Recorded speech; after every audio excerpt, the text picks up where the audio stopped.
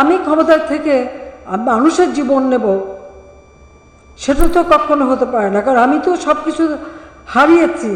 আপনারা একটু মনে স্মরণ করে দেখবেন, যখন এরা বসতে মিটিং করছে, আমি বললাম ঠিক আছে ছেলেমেয়েরা বসছে বসুক, আমরা তো রোদে পুড়ে বৃষ্টিতে ভেতরে মিছিল মিটিং করে করে পোড় খেয়ে খেয়ে না এই পর্যন্ত এসেছি।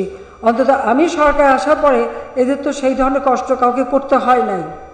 তো তারা যদি একটু রোদ্রে পুড়ে একটু স্লোগান দেয় বসে তো বসলো, এটাতে তোমরা কিচ্ছু বলবো না।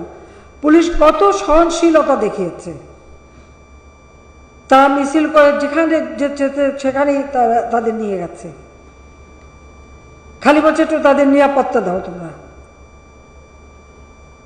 আমরা তো সেই আমেরিকা ইউনিভার্সিটির ছাত্ররা নেমেছিল পরে যেভাবে তাদের উপর তাদেরকে একেবারে মেরে ধরে মাটিতে ফেলে অত্যাচার করে, এমনকি শিক্ষকদের পর্যন্ত পিছনে হ্যান্ডকাপ দিয়ে বেঁধে নিয়ে তারা সেই মানে আন্দোলন, ছাত্রদের আন্দোলন দমন করেছিল। আমরা তো তা করতে যাইনি, ওইভাবে আমরা শক্তি প্রয়োগ করিনি, বরং তাদের দাবিগুলি, তখন তাদের দাবিটা কি?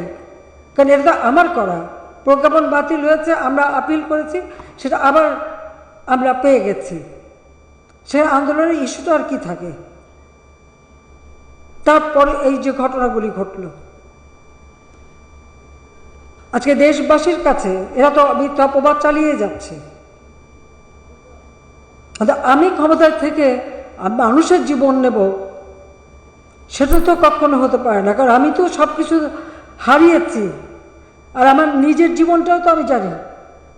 এরাই তো বারবার আমাকে হত্যার চেষ্টা করেছে, বারবার হত্যার চেষ্টা করেছে। এখন রাখে আল্লাহ, মারে কে? আল্লাহ বারবার আমাকে বাঁচিয়েছে। আমি সবসময় বলছি যে নিশ্চয়ই আল্লাহ কোনো কাজ আমাকে দিয়েছে, সেই কাজটুকু সম্পন্ন না হলে আল্লাহই আমাকে রক্ষা করবে।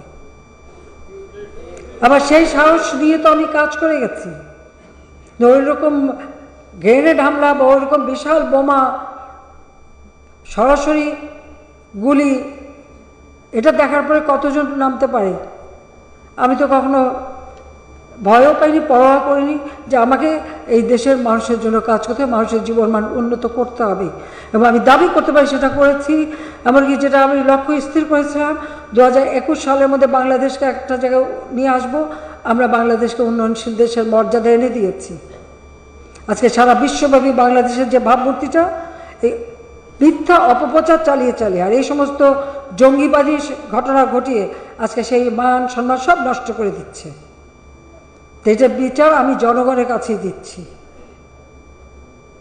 জনগণই দিচ্ছি। এমনভাবে পোড়ানো, সেই গাজায় যেভাবে হাসপাতালে বোমা হামলা করে ধ্বংস করা, যেভাবে শিশু হত্যা করা, মানুষ হত্যা, ঠিক সেই একই ঘটনার জন্য এখানে ঘটনা হচ্ছে।